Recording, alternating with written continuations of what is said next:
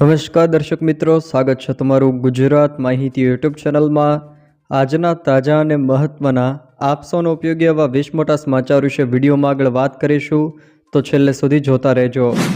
આજના સૌથી પહેલા સમાચાર વિશે વાત કરીએ તો શાળાઓમાં દિવાળી વેકેશનની જાહેરાત કરવામાં આવી છે। ગુજરાત સરકારે માધ્યમિક અને ઉચ્ચતર માધ્યમિક શાળાઓમાં 16 ઓક્ટોબરથી લઈને 5 નવેમ્બર સુધી દિવાળી વેકેશન જાહેર કર્યું છે।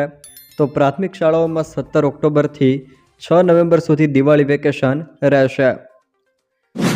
ખેડૂતોના શિયાળુ એટલે કે રવિ પાકો માટે ટેકાના નવા ભાવ જાહેર।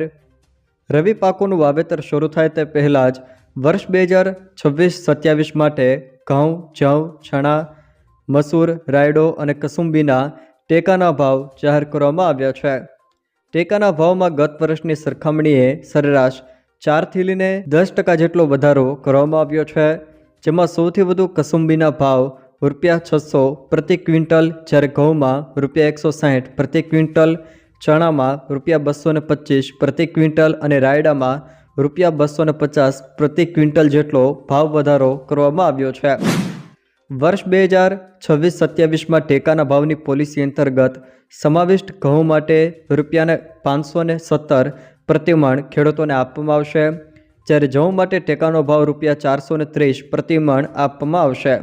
ચણા માટે ₹1175 પ્રતિમણ ટેકાનો ભાવ ચૂકવવામાં આવશે, તો મસૂર માટે ₹1400 પ્રતિમણ ચૂકવવામાં આવશે। રાયડા માટે ₹1240 પ્રતિમણ ટેકાનો ભાવ ચૂકવવામાં આવશે, તો કસુંબી માટે ₹1308 પ્રતિમણ ભાવ જાહેર કરવામાં આવ્યો છે। અનુસૂચિત જાતિ એટલે કે એસસીના વિદ્યાર્થીઓને ખાનગી ટ્યુશન માટે સહાય જાહેર। યોજનાના નામ વિશે વાત કરીએ તો ધોરણ 11 અને 12 વિજ્ઞાન પ્રવાહમાં અભ્યાસ કરતા અનુસૂચિત જાતિના વિદ્યાર્થીઓને ખાનગી ટ્યુશન સહાય BCK7 યોજના હેઠળ સહાય આપવામાં આવે છે, જેમાં 2 વર્ષમાં ₹30,000 જેટલી સહાય આપવામાં આવે છે। તેમાં પાત્રતાના માપદંડો વિશે વાત કરીએ તો વિદ્યાર્થી અનુસૂચિત જાતિના હોવા જોઈએ, વિદ્યાર્થી વિજ્ઞાન પ્રવાહમાં અભ્યાસ કરતા હોવા જોઈએ, ધોરણ 10માં 70% કે તેથી વધુ ગુણ હોવા જોઈએ અને તેની આવક મર્યાદા ₹6 લાખ સુધીની હોવી જોઈએ। કેટલી સહાય મળવાપાત્ર છે એના વિશે વાત કરીએ તો ધોરણ 11માં ₹15,000 અને ધોરણ 12માં ₹15,000, આમ 2 વર્ષમાં અનુસૂચિત જાતિ એટલે કે એસસીના વિદ્યાર્થીઓને ખાનગી ટ્યુશન માટે ₹30,000 જેટલી સહાય આપવામાં આવે છે।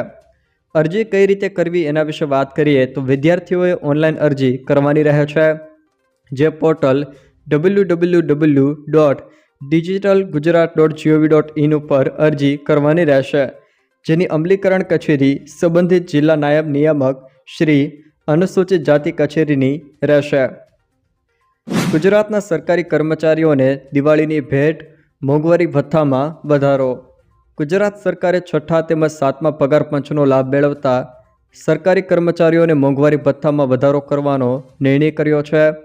જે મુજબ 7મા પગાર પંચનો લાભ મેળવતા કર્મચારીઓના મોંઘવારી ભથ્થામાં 3%નો વધારો કરાયો છે, જ્યારે 6થા પગાર પંચનો લાભ મેળવતા કર્મચારીઓના મોંઘવારી ભથ્થામાં 5%નો વધારો કરાયો છે। જોકે આ વધારો 1 જુલાઈ 2025થી માન્ય ગણાશે અને 1 જુલાઈ 2025થી 30 સપ્ટેમ્બર 2025 સુધીની 3 મહિનાની તફાવતની રકમ એક હપ્તામાં ચૂકવવામાં આવશે। સરકારે કપાસનો ટેકાનો ભાવ જાહેર કર્યો। કેન્દ્ર સરકારે કપાસનો ટેકાનો ભાવ જાહેર કર્યો છે। ભારત સરકારે કપાસ માટે ₹8,060 પ્રતિ ક્વિન્ટલ, જ્યારે પ્રતિમણની વાત કરીએ તો ₹1,612 પ્રતિમણ ટેકાનો ભાવ ખેડૂતોને આપવામાં આવશે। એટલે કે કપાસ માટે ખેડૂતોને 1,612 પ્રતિમણ કેન્દ્ર સરકાર દ્વારા ટેકાનો ભાવ જાહેર કરવામાં આવ્યો છે। કૃષિમંત્રી રાઘવજીભાઈ પટેલ દ્વારા CCI સાથેની બેઠક કરવામાં આવી હતી। બેઠક બાદ ટેકાના ભાવે કપાસની ખરીદીની જાહેરાત કરવામાં આવી છે। હવામાન વિભાગની છૂટાછવાયા વિસ્તારોમાં હળવા વરસાદની આગાહી। રાજ્યમાં આગામી 7 દિવસ છૂટાછવાયા વિસ્તારોમાં હળવા વરસાદની આગાહી હવામાન ખાતા દ્વારા કરવામાં આવી છે। જોકે હાલ ભારે વરસાદની હવે કોઈ શક્યતાઓ નથી। ખાસ કરીને આગામી 48 કલાક દક્ષિણ ગુજરાતના કેટલાક વિસ્તારોમાં મધ્યમથી ભારે ઝાપટા વરસી શકે। 3 દિવસ બાદ વરસાદની તીવ્રતા સાવ ઘટી જશે। જોકે અમદાવાદમાં પણ કોઈક છૂટાછવાયા વિસ્તારોમાં હળવો વરસાદ જોવા મળી શકે. તે સિવાય શક્તિ વાવાઝોડા વિશે વાત કરીએ તો શક્તિ વાવાઝોડું ધીમું થઈને હવે ડિપ્રેશન અને ત્યારબાદ લો પ્રેશરમાં પરિવર્તિત થઈ ગયું છે. હાલ વેસ્ટર્ન ડિસ્ટર્બન્સને કારણે વરસાદની શક્યતાઓ છે. જોકે આગામી 3 થી 4 દિવસમાં ગુજરાતમાંથી ચોમાસું સંપૂર્ણ વિદાય લે એવી પણ શક્યતાઓ છે. બિહાર વિધાનસભા ચૂંટણીની તારીખો જાહેર. વોટ ચોરી અને સરના વિવાદ વચ્ચે બિહારમાં વિધાનસભા ચૂંટણીનું બ્યુંગલ ફૂંકાયું છે. 6 અને 11 નવેમ્બરના રોજ 2 તબક્કામાં મતદાન યોજાશે, જ્યારે 14મીએ મતગણતરી યોજાશે. વર્ગ 4ના કર્મચારીઓને દિવાળીની ભેટ. રાજ્ય સરકાર દ્વારા ₹7,000ની મર્યાદામાં બોનસ ચૂકવવામાં આવશે. વર્ગ 4ના અંદાજે 16,921 કર્મચારીઓ તથા રાજ્ય મંત્રીમંડળના મહેકમ પરના વિધાનસભા અધ્યક્ષશ્રીના, દંડકશ્રીના, નાયબ દંડકશ્રી અને ઉપદંડકશ્રી તથા પંચાયત, યુનિવર્સિટી સંલગ્ન કોલેજો, ગ્રાન્ટ ઇન એડ શાળા કોલેજ અને જેમને બોર્ડ કોર્પોરેશન દ્વારા બોનસ ચૂકવવામાં આવતું નથી તેવા રાજ્ય સરકારના બોર્ડ કોર્પોરેશનમાં ફરજ બજાવતા વર્ગ 4ના કર્મચારીઓને આનો લાભ મળવાપાત્ર થશે. આમ વર્ગ 4ના કર્મચારીઓને દિવાળી ભેટ સ્વરૂપે રાજ્ય સરકાર દ્વારા ₹7,000ની મર્યાદામાં બોનસ ચૂકવવામાં આવશે. દિવાળી અને બેસતા વર્ષે પણ માવઠું થશે તેવી અંબાલાલ પટેલની આગાહી. તારીખ 18થી લઈને 30 ઓક્ટોબર દરમિયાન લો પ્રેશર સિસ્ટમ સર્જાઈ શકે. દિવાળીના દિવસે અને બેસતા વર્ષના દિવસે પણ રાજ્યના વિસ્તારમાં વાદળછાયું વાતાવરણ જોવા મળી શકે અને પવન ફૂંકાવાની, નવેમ્બરની શરૂઆતમાં માવઠું થવાની પણ આગાહી તેઓએ કરી છે. બિહારની જેમ ગુજરાતમાં પણ ગ્રેજ્યુએટ વિદ્યાર્થીઓને દર મહિને ₹1,000 સહાય આપવા માંગણી. વડાપ્રધાન નરેન્દ્ર મોદીએ બિહારમાં નવી યોજના જાહેર કરી છે, જેમાં સ્નાતક થયા પછીના વિદ્યાર્થીઓને 2 વર્ષ સુધી દર મહિને ₹1,000ની નાણાકીય સહાય આપવામાં આવશે. આ યોજનાનો ઉદ્દેશ્ય બેરોજગારી સામે યુવાનોને આધાર આપવાનો છે. ₹62,000 કરોડના વિકાસ પ્રોજેક્ટનો પ્રારંભ કરીને મોદીએ યુવાનો સાથે સીધી વાતચીત કરી હતી.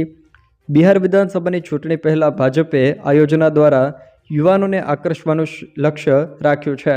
જોકે આ પ્રકારે ગુજરાતમાં પણ જાહેરાત કરવામાં આવે અને ગુજરાતના ગ્રેજ્યુએટ વિદ્યાર્થીઓને પણ દર મહિને ₹1,000 સહાય આપવામાં આવે એવી માંગણી કરવામાં આવી રહી છે.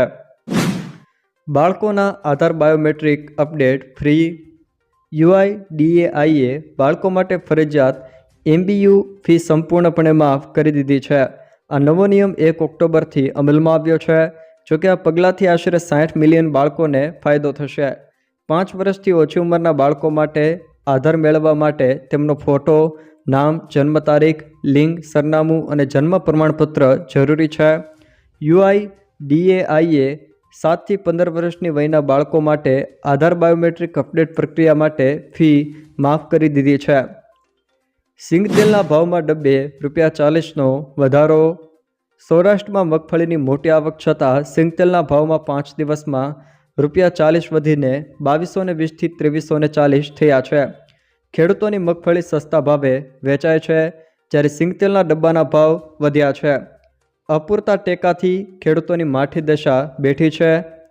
મિલરોની ભાવમાં રમત.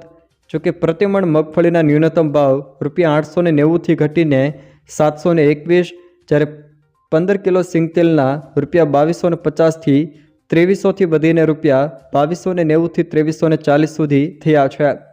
જોકે ખેડૂતોને મગફળીના ભાવ ઓછા મળી રહ્યા છે, પરંતુ મિલરો ફાવી રહ્યા છે. ફાસ્ટેગ વિનાના વાહનોને મોટી રાહત. કેન્દ્રીય સડક પરિવહન મંત્રાલયે રાષ્ટ્રીય ધોરીમાર્ગ શુલ્ક નિયમો 2008માં સુધારો કર્યો છે.